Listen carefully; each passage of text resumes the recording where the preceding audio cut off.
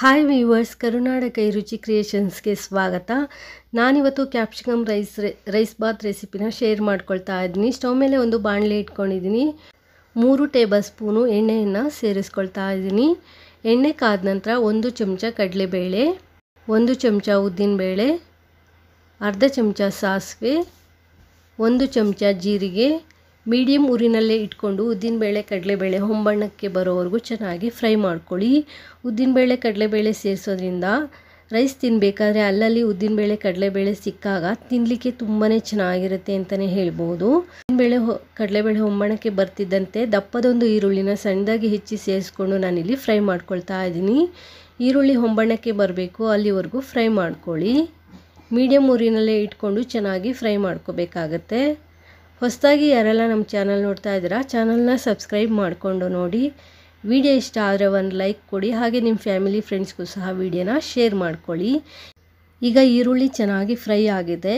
ಈರುಳ್ಳಿ ಬಣ್ಣ ಚೇಂಜ್ ಆಗ್ತಾ ಇದ್ದಂತೆ ನಾನಿಲ್ಲಿ ದಪ್ಪದೊಂದು ಕ್ಯಾಪ್ಸಿಕಮ್ನ ಸಣ್ಣದಾಗಿ ಉದ್ದುದಕ್ಕೆ ಕಟ್ ಮಾಡಿ ಸೇರಿಸ್ಕೊಂಡಿದ್ದೀನಿ. ಕ್ಯಾಪ್ಸಿಕಮ್ನ ಸೇರಿಸ್ಕೊಂಡ ನಂತರ ಒಂದು 2-3 ಬಾರಿ ಚೆನ್ನಾಗಿ ಮಿಕ್ಸ್ ಮಾಡ್ಕೊಳ್ಳಿ. ನಾನಿಲ್ಲಿ ದಪ್ಪದು 2 ಟೊಮೆಟೊನ ಪ್ಯೂರಿ ಮಾಡಿ ಇಟ್ಕೊಂಡಿದ್ದೀನಿ. ಈ ರೀತಿ ರುಬ್ಬಿ ಇಟ್ಕೊಂಡಿದ್ದೀನಿ. ರುಬ್ಕೊಂಡಿರುವಂಥ ಟೊಮೆಟೊ ಪ್ಯೂರಿಯನ್ನು ನಾನಿಲ್ಲಿ ಬಾಣಲಿಗೆ ಸೇರಿಸ್ಕೊಳ್ತಾ ಇದ್ದೀನಿ. ಸೊ ಕ್ಯಾಪ್ಸಿಕಮ್ಮು ಮತ್ತು ಟೊಮೆಟೊ ಪ್ಯೂರಿ ಒಟ್ಟಿಗೆ ಬೇಯಲಿಕ್ಕೆ ಬಿಡ್ತಾ ಇದ್ದೀನಿ. ಇದಕ್ಕೊಂದು ಸ್ವಲ್ಪ ಉಪ್ಪನ್ನು ಸೇರಿಸ್ಕೊಳ್ಳಿ. ರುಚಿಗೆ ತಕ್ಕಷ್ಟು ಉಪ್ಪನ್ನು ಸೇರಿಸ್ಕೊಂಡು ಚೆನ್ನಾಗಿ ಮಿಕ್ಸ್ ಮಾಡ್ಕೊಳ್ಳಿ. ಕ್ಯಾಪ್ಸಿಕಮ್ ಸೇರಿಸ್ಕೊಂಡ ನಂತರ ಒಂದು 2-3 ಬಾರಿ ಚೆನ್ನಾಗಿ ಮಿಕ್ಸ್ ಮಾಡ್ಕೊಂಡ ನಂತರ ಟೊಮೆಟೊ ಪ್ಯೂರಿಯನ್ನು ಸೇರಿಸ್ಬಿಟ್ಟು ರುಚಿಗೆ ತಕ್ಕಷ್ಟು ಉಪ್ಪನ್ನು ಹಾಕಿ ಚೆನ್ನಾಗಿ ಮಿಕ್ಸ್ ಮಾಡಿ ಬೇಯಲಿಕ್ಕೆ ಬಿಟ್ಬಿಡಿ. ಟೊಮೆಟೊ ಮತ್ತು ಹಾಗೆ ಕ್ಯಾಪ್ಸಿಕಮ್ಮು ಒಟ್ಟಿಗೆ ಬೇಯೋದ್ರಿಂದ ಸಪ್ರೇಟಾಗಿ ಬೇಯಿಸಬೇಕು ಅಂತ ಏನಿಲ್ಲ. ಹಾಗೆ ಟೊಮೆಟೊ ಪ್ಯೂರಿ ಬೆಂದು ಬಣ್ಣ ಚೇಂಜ್ ಆಗುತ್ತೆ, ಸ್ವಲ್ಪ ಗಟ್ಟಿ ಆಗುತ್ತೆ. ನೀರೆಲ್ಲ ಸ್ವಲ್ಪ ಸೀದ್ಬಿಟ್ಟು ಸ್ವಲ್ಪ ಗಟ್ಟಿ ಆಗುತ್ತೆ. ಅಲ್ಲಿವರೆಗೂ ನೀವು ಫ್ರೈ ಮಾಡ್ಕೋಬೇಕಾಗುತ್ತೆ. ನಾನೊಂದು 1/4 ಚಮಚ ಅರಿಶಿಣದ ಪುಡಿಯನ್ನು ಸಹ ನಾನಿಲ್ಲಿ ಸೇರಿಸ್ಕೊಳ್ತಾ ಇದ್ದೀನಿ. 3/4 ಚಮಚ ಧನಿಯಾ ಪೌಡರನ್ನು ಸೇರಿಸ್ಕೊಳ್ತಾ ಇದ್ದೀನಿ. ಧನಿಯಾ ಪೌಡರ್ ಅಥವಾ ಕೊತ್ತಂಬರಿ ಬೀಜದ ಪೌಡರ್ ಅಂತಾರಲ್ಲ, ಅದನ್ನು ಸೇರಿಸ್ಕೊಂಡಿದ್ದೀನಿ. ಅರ್ಧ ಚಮಚ ಜೀರಿಗೆ ಪುಡಿ, ರೋಸ್ಟೆಡ್ ಜೀರಿಗೆ ಪುಡಿಯನ್ನು ಸೇರಿಸ್ಕೊಳ್ಳಿ. 3/4 ಚಮಚ ರೆಡ್ ಚಿಲ್ಲಿ ಪೌಡರ್ ಅಥವಾ ಕೆಂಪು ಮೆಣಸಿನ ಪುಡಿಯನ್ನು ನಾನಿಲ್ಲಿ ಸೇರಿಸ್ಕೊಳ್ತಾ ಇದ್ದೀನಿ. 1/4 ಚಮಚ ಗರಂ ಮಸಾಲ. ಈಗ ಚೆನ್ನಾಗಿ ಮಿಕ್ಸ್ ಮಾಡ್ಕೊಳ್ಳಿ. ಮಸಾಲ ಪದಾರ್ಥಗಳನ್ನ ಸೇರಿಸ್ಬೇಕಾದ್ರೆ ಫ್ಲೇಮನ್ನು ಫುಲ್ಲು ಲೋನಲ್ಲೇ ಇಟ್ಕೊಂಡು ಸೇರಿಸ್ಕೋಬೇಕಾಗುತ್ತೆ. ಮಸಾಲೆಯಲ್ಲಿರುವಂಥ ಹಸಿ ಸ್ಮೆಲ್ಲೆಲ್ಲ ಹೋಗಬೇಕು. ನಾವಿಲ್ಲಿ ಧನಿಯಾ, ರೆಡ್ ಚಿಲ್ಲಿ ಪೌಡರು ಎಲ್ಲ ಸೇರಿಸಿರೋದ್ರಿಂದ ಅದರಲ್ಲಿರುವಂಥ ಹಸಿ ಸ್ಮೆಲ್ ಹೋಗಬೇಕು. ಅಲ್ಲಿವರೆಗೂ ನೀವು ಚೆನ್ನಾಗಿ ಫ್ರೈ ಮಾಡ್ಕೋಬೇಕಾಗತ್ತೆ. ಮೀಡಿಯಮ್ ಉರಿನಲ್ಲೇ ಇಟ್ಕೊಂಡು ಎಣ್ಣೆ ಬಿಡೋವರೆಗೂ ಚೆನ್ನಾಗಿ ಫ್ರೈ ಮಾಡ್ಕೊಳ್ಳಿ. ಕ್ಯಾಪ್ಸಿಕಮ್ಮು ಇದ್ರ ಜೊತೆನೇ ಚೆನ್ನಾಗಿ ಬೆಂದು ಬಣ್ಣ ಚೇಂಜ್ ಆಗುತ್ತೆ. ನಾನೊಂದು ಸ್ವಲ್ಪ ಉಪ್ಪನ್ನು ಸೇರಿಸ್ಕೊಳ್ತಾ ಇದ್ದೀನಿ. ಆಲ್ರೆಡಿ ಟೊಮೆಟೊ ಹಾಕಿದ್ದಾಗ ಟೊಮೆಟೊ ಪ್ಯೂರಿಯನ್ನು ಸೇರಿಸಿದಾಗ ಉಪ್ಪನ್ನು ಹಾಕ್ಕೊಂಡಿದ್ದೆ. ಈಗ ನೋಡಿಕೊಂಡು ಉಪ್ಪನ್ನು ಸೇರಿಸ್ಕೋಬೇಕಾಗುತ್ತೆ. ಒಂದು ಸ್ವಲ್ಪ ಉಪ್ಪನ್ನು ಸೇರಿಸ್ಕೊಳ್ಳಿ. ಮಸಾಲೆಗೆ ಎಷ್ಟು ಬೇಕು ಅಷ್ಟು ಉಪ್ಪನ್ನು ಸೇರಿಸ್ಕೊಂಡು ಚೆನ್ನಾಗಿ ಮಿಕ್ಸ್ ಮಾಡ್ಕೊಳ್ಳಿ.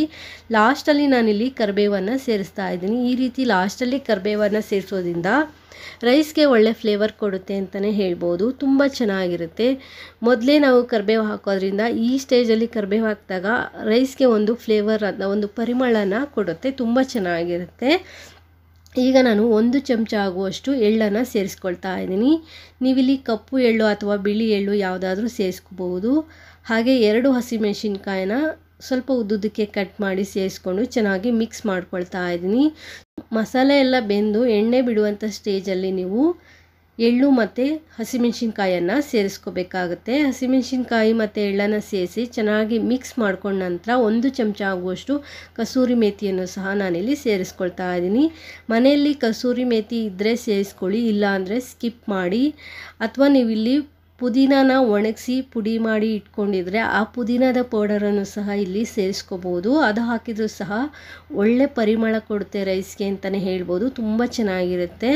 ಈಗ ಚೆನ್ನಾಗಿ ಮಿಕ್ಸ್ ಮಾಡಿಕೊಂಡು ಲಾಸ್ಟಲ್ಲಿ ಸ್ವಲ್ಪ ಕೊತ್ತಂಬರಿ ಸೊಪ್ಪನ್ನು ನಾನಿಲ್ಲಿ ಸೇರಿಸ್ಕೊಂಡಿದ್ದೀನಿ. ಈಗ ಗೊಜ್ಜು ರೆಡಿ ಆಗಿದೆ. ನಾವು ಈ ಗೊಜ್ಜಲ್ಲಿ ಚಪಾತಿಯನ್ನು ತಿನ್ಬೋದು ಅಥವಾ ರೈಸನ್ನು ಸಹ ತಿನ್ಬೋದು. ನಾನಿಲ್ಲಿ ರೈಸ್ಗೋಸ್ಕರ ಗೊಜ್ಜನ್ನು ಮಾಡ್ಕೊಂಡಿದ್ದೀನಿ. ಈಗ ಚೆನ್ನಾಗಿ ಕೊತ್ತಂಬರಿ ಸೊಪ್ಪು ಹಾಕಿದ್ಮೇಲೆ ಚೆನ್ನಾಗಿ ಮಿಕ್ಸ್ ಮಾಡಿ 1 ನಿಮಿಷಗಳ ಕಾಲ ಫ್ರೈ ಮಾಡ್ಕೊಳ್ಳಿ. ಸ್ವಲ್ಪ ಕೊತ್ತಂಬರಿ ಸೊಪ್ಪಿನ ಫ್ಲೇವರ್ ಸಹ ಗೊಜ್ಜಿಗೆ ಹಿಡಿಬೇಕು, ಅಲ್ಲಿವರೆಗೂ ನೀವು ಫ್ರೈ ಮಾಡ್ಕೋಬೇಕಾಗತ್ತೆ.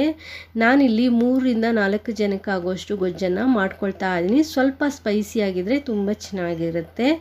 ನಾನು ಸ್ವಲ್ಪ ಗೊಜ್ಜನ್ನು ಎತ್ತಿಟ್ಕೊಳ್ತಾ ಇದ್ದೀನಿ. ಉಳಿದಿರುವಂತಹ ಗೊಜ್ಜಿಗೆ ಅನ್ನನ ಮಿಕ್ಸ್ ಮಾಡ್ಕೊಳ್ತಾ ಇದ್ದೀನಿ.